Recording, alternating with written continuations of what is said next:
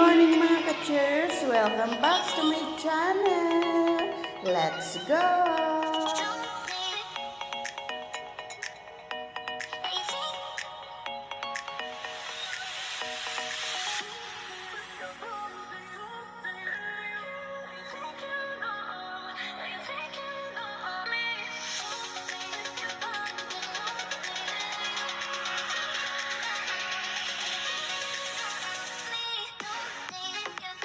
Good morning sa lahat! Tara, maggala tayo. At yan, dadaan tayo sa MTR.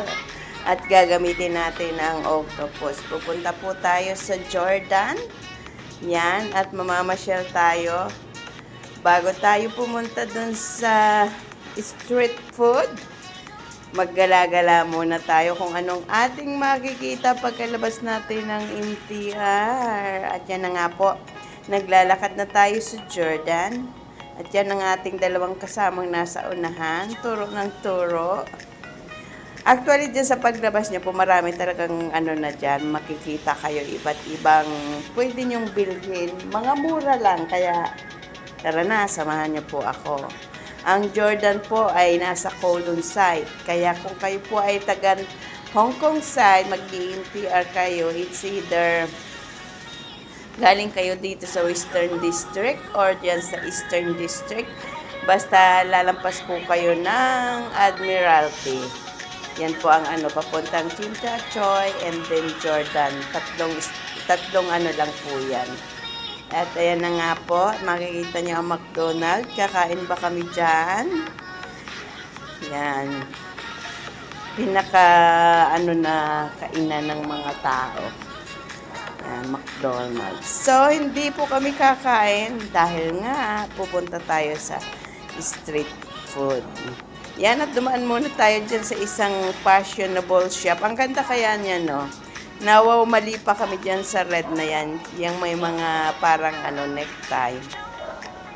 Kasi ang nakalagay, 60 dun sa tapat ng damit. Kuha pa naman ako ng dalawa kasi mura nga, di pag tig 30 lang kung sakali. O di ba ang gaganda? Wow, nung dinala namin sa sa shop, 120 pala ang dalawa. O edi hindi sale kung 60 ang isa. O, di ba? Minsan nawawamali tayo sa karatula talaga na inilalagay nila dyan. Pero ang cute niya, sabi ko nga babalikan natin yun kung meron pa. Kasi maganda siya, lalo't merong, siyempre sa magandang pang host ay si radio. Kasi nga may collar siya, yan. Tapos may necktie pa. Kaya, pag nakaluwag-luwag, babalikan natin yun. So, ganun, kailan kaya magiging maluwag-luwag, mga ka-cheers. At yan na nga po, yan na binitbit na natin. Tapos sabi ni MJ, maganda. So, kamura pa siya. Yan sana ang choices natin. Pula at saka yung ano bang tawag dyan? Yung parang abo. Di ko na alam ang English. Nakalawag ng ating kaisipan. Yan. Pero ang daming choices dyan. Pero dahil nga nung pumunta tayo, para lang naman talaga sa street food ang budget natin. Pero kung 60 dalawa siya, kukunin natin. So, yan, dinala na natin sa counter. At si MJ yung nakikita natin doon. Yan. At yung isang kasama natin ay si Sharon. Di ko alam kung nasaan na sa di ko ayan, siya. Tingnan niyo yung bag na dala niya. Very cute. From me. Yan.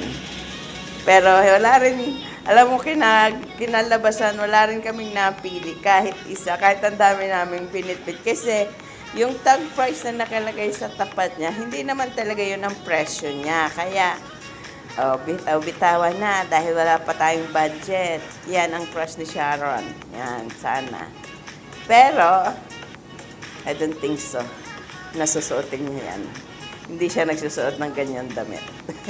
Kaya balik-balik na rin. So, yan, wala kaming nakuha dyan. Pero ang kakanda ng mga damit niya, at saka very, very, po talaga sa lugar na, sa panahon ngayon, dahil nga summer. Maganda ang mga cotton pag summer, medyo malamig. So, halukay-halukay pa sila dyan, pero ako talaga hindi na. Kasi hindi ko na, binaba ko na yung gusto ko. Kasi nga, sasabihin, 120 lang naman, dapat binili mo na. Minsan kasi diba, pag hindi naman talaga tayo naka-schedule o naka-plan na bilhin, baka naman, alam niyo po kasi ang OFW, nawawala ng pera kahit kami nagtatrabaho. At ayan na nga po ang street food na ipinakita ko sa inyo doon vlog natin ng mga kamakailan lang. Bali, isang hilira, parang isang kanto lang po yan. Pagkalampas nyo ng isang kanto ulit, wala na. Ubus na. Ayan Philippine, siya, mga kikiam, mga Pero hindi po, nung pumunta po kami kasi dyan, sa street market, hapon na. Yang hindi talaga yan ang pupuntahan namin. Abay, kamukat-mukat kayo, nasa may MTR na kami. Di sabi, bakit? Saan pa tayo pupuntahan? Sabi ko doon sa Aling Mary's, di ba ang usapan? Sabi naman ni Ian, akala ko ba sa street food? Di street food na dahil nasa MTR na. So yan, tumingin lang kami dyan. Marami naman pagpipilian, iba-ibang nation ang meron siya. Kaya lang kasi nga nung pumunta kami dyan, hindi naman talaga kami gutom. Kasi nag-lunch na, nag-merienda na. So, tiningnan lang talaga namin yung place. Ang aking disappointed ako kasi ang nasa isip ko, isang hilirang, kumbaga mahabang lakarin na street food, parang katulad nung sa Binondo. Pero hindi po, isang kanto lang siya.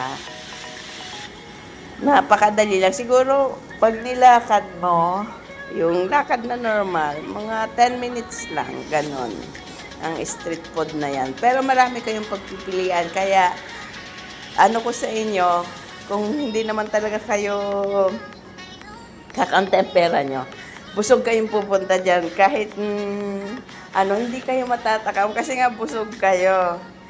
Pero kung marami kayong budget, pumunta siyempre kayo ng gutom para mabili nyo yung lahat ng Masasarap naman po siya. At hindi naman yan ititinda dyan kung walang ng nutrition, kaya safe po kayo. Basta ang po nyo ay yung mainit. Ang bilhin nyo po ay yung mainit, yung talagang lulutuin nila at pagkaluto ay ibibigay sa iyo. Huwag po kayong bibili sa naluto na hindi iinitin. Para po safe tayo sa lahat. Alam nyo na, ingat-ingat dahil mahirap magkasakit. Yan. Marami po dyan. Parang ngayon nga ako natatakam eh. So yan, kung gusto nyo na ng mga ban, yan yung sa Hong Kong. Balik po kayo dyan para po, punta po kayo.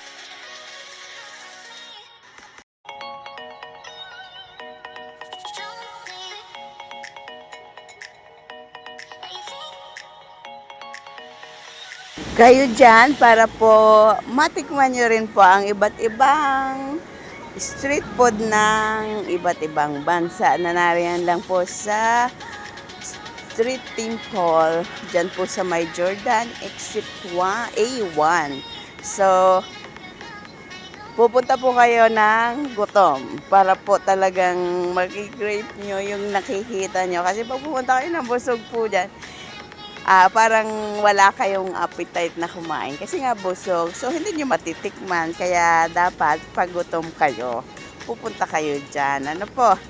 Sa mga pumupunta dito sa Hong Kong, na gusto pong dalawin yan, napaka, mura lang naman siya. Siguro may $100 ka, busog ka na po. Kasi meron siyang, pinakamataas yata niya is 35 per yung, may $10, mga yan. Pero pinakamarami niya ang $20.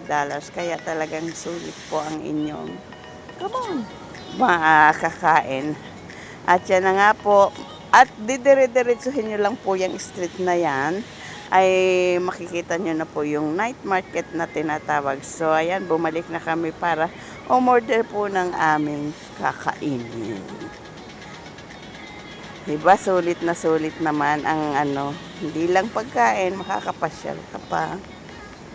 Makikita nyo pa yung iba't ibang dyan. So ayan, naghahanap na kami ng mabibili. ng ano. At saka pala isa pang tips ko po sa inyo, kapag pupunta kayo dyan, lalo na sa night market, kasi magkakahilira lang po yan, tumawad po kayo dahil kalahati ang itawad nyo. Ganon. Halimbawa, sabihin 60 per 60 Hong Kong dollar per per 3 pieces. Sasabihin niyo 60 for 6 pieces or 10 pieces. Tapos umalis na kayo, huwag na kayong tumambay. Kasi kung hindi naman sila lugi doon, ay hahabulin kayo nila para ibigay po doon sa hinihingi nyong presyo yung items. So yan o, ang dami pong choices kayo, kaya napakaganda pong pasyalan. Kahit bata, matanda, po pwede po, at talagang may mga kainan din po dyan aside dyan sa street food.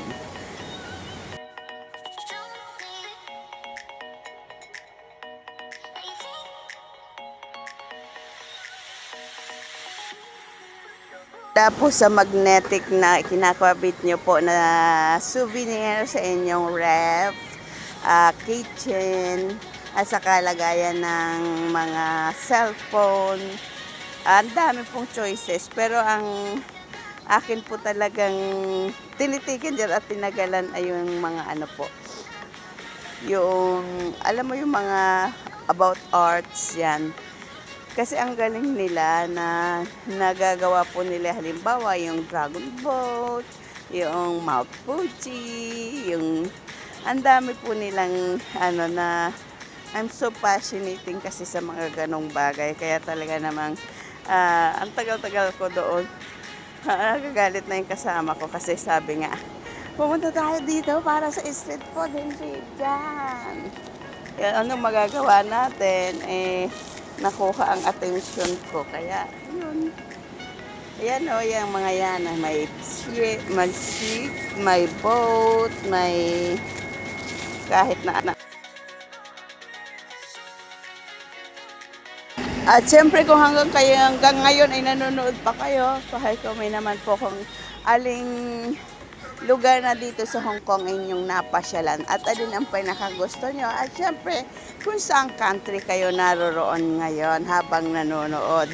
At huwag nyo din kalimutan na i-share ang ating video ito. Kung hindi pa kayo kaibigan, edi mag-subscribe na rin po. Free naman po yan, di ba? Parang tulong na rin natin sa lahat ng mga YouTubers na maliliit. Thank you! Yan, naipasyal ko na po kayo ha. Kaya, see you next time. Ingat po lagi ang lahat. At siyempre kung narito kayo sa Hong Kong, huwag niyo pong kalimutan na daanan at ilagay sa itinerary niyo po ang market na yan. At siyempre, naglakad na rin kami papuntang Central. At yun na nga po. Goodbye! Sayonara! Siyempre po, paki-share, subscribe, like, at hit ang notification bell para po lagi kayong updated sa Madam Chair Channel.